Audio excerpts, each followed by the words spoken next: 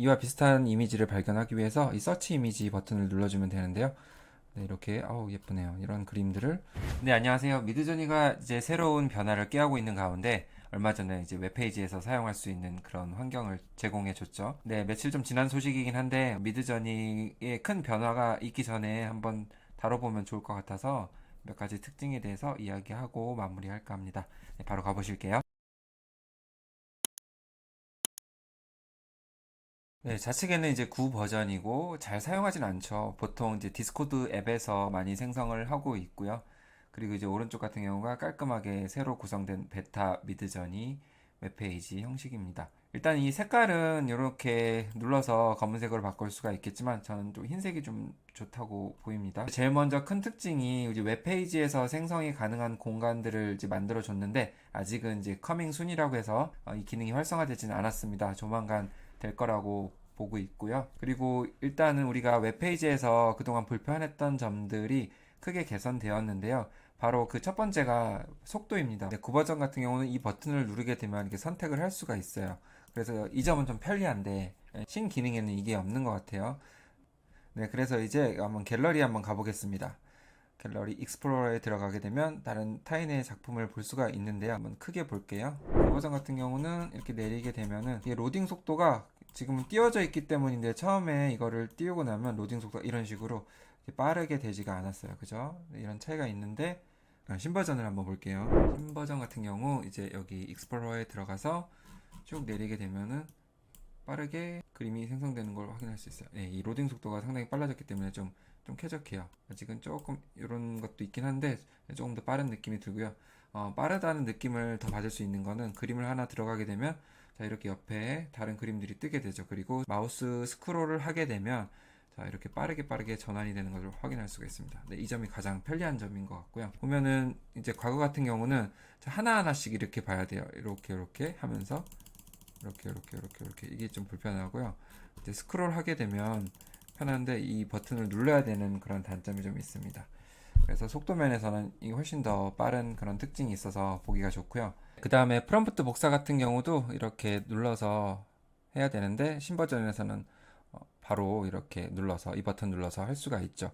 그리고 이 점 3개 눌러서 나오는 이런 공간들에 대한 어떤 옵션 기능들이 조금씩은 달라요. 이제 이 풀 커맨드 같은 경우는 없어졌고 그다음에 이미지 URL이나 이미지 이 부분이 더 생기고 네, 이런 차이점이 생겼죠. 이제 웹페이지에서 생성하는 그런 기능들을 제공하다 보니까 아마 이런 UI적인 면도 조금씩 달라진 것 같습니다. 이 이미지 URL을 복사해서 여기다 넣으면 또 다른 또 이미지를 생성하는데 활용할 수가 있겠죠. 네, 그리고 하나 좋은 거는 이와 비슷한 이미지를 발견하기 위해서 이 서치 이미지 버튼을 눌러주면 되는데요. 네, 이렇게 예쁘네요. 이런 그림들을 이렇게 보면서 레퍼런스로 활용할 수가 있겠습니다.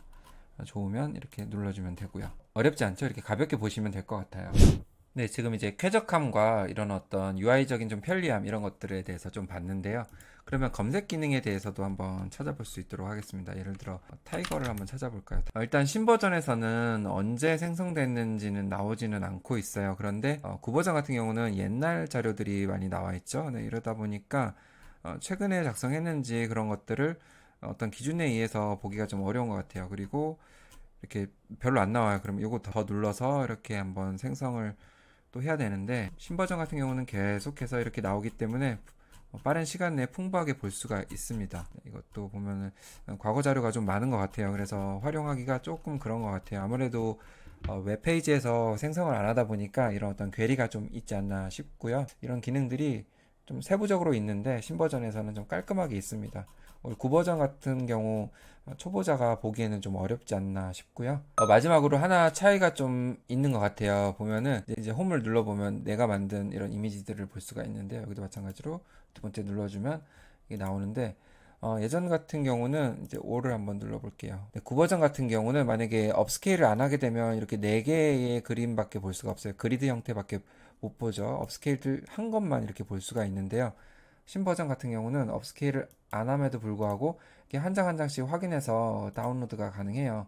이 점이 좀 편리한데 아마 이제 이렇게 선택해서 한꺼번에 다운받을 수 있는 그런 기능이 좀 생기면 좋겠습니다. 이렇게 아카이브를 누르게 되면은 그림이 생성이 되는데 역시나 이제 그리드로 이렇게 보여지게 되죠. 네, 이러한 차이점이 좀 있습니다. 그리고 마지막으로 내 갤러리 내에서도 검색이 가능하죠. 그래서 내 갤러리에서 만약에 사막을 주제로 뭘 만들었다 생각하면은 이것만 검색하더라도 어떻게 뭘 만들었는지 이렇게 쭉 볼 수가 있습니다. 네, 그렇기 때문에 이 점도 상당히 좋다고 저는 또 생각을 하고 있고요. 그래서 이제 프롬프트를 기억하지 못한다 하더라도 어떤 장면에 뭐를 만들었기 때문에 하나의 단어 정도는 기억할 수 있잖아요. 이 정도로 웹페이지에 대한 어떤 특성들을 살펴봤고요. 네, 이틀 전인가요? 그죠? 오피스 아워에서 미드저니의 변화에 대한 그런 이야기들이 오가곤 했는데요. 미드저니에서 제가 이제 가장 또 기대되는 내용 중에 하나는 일관성 있는 그런 캐릭터를 만들 수 있게끔 그렇게 환경 변화를 구성한다고 하니까 이 점이 상당히 기대되는 부분입니다. AI 생성 이미지에서 가장 어려운 부분이기도 하기 때문에 이런 스토리 만드는 데 있어서 좋은 변화라고 생각이 들고요. 아무래도 또 미드저니에서 혁신적인 그런 것들을 꾀하고 있다고 하니까 앞으로 이제 우리가 사용했던 기능들도 어느 정도 또 상실이 되는 것도 있을 것이고 또 새로운 기능도 생기는 것도 있을 것이고 네, 그러한 변화들을 좀 기대해 볼 수 있을 것 같습니다.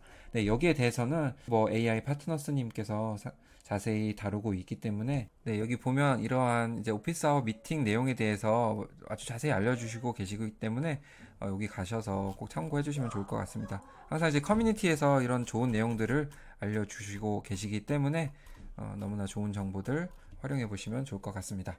네, 그럼 이제 여기서 마무리하고요. 또 좋은 정보 있으면은 업데이트 소식 가지고 오겠습니다. 네, 주말 잘 보내시고요. 시청해 주셔서 감사합니다.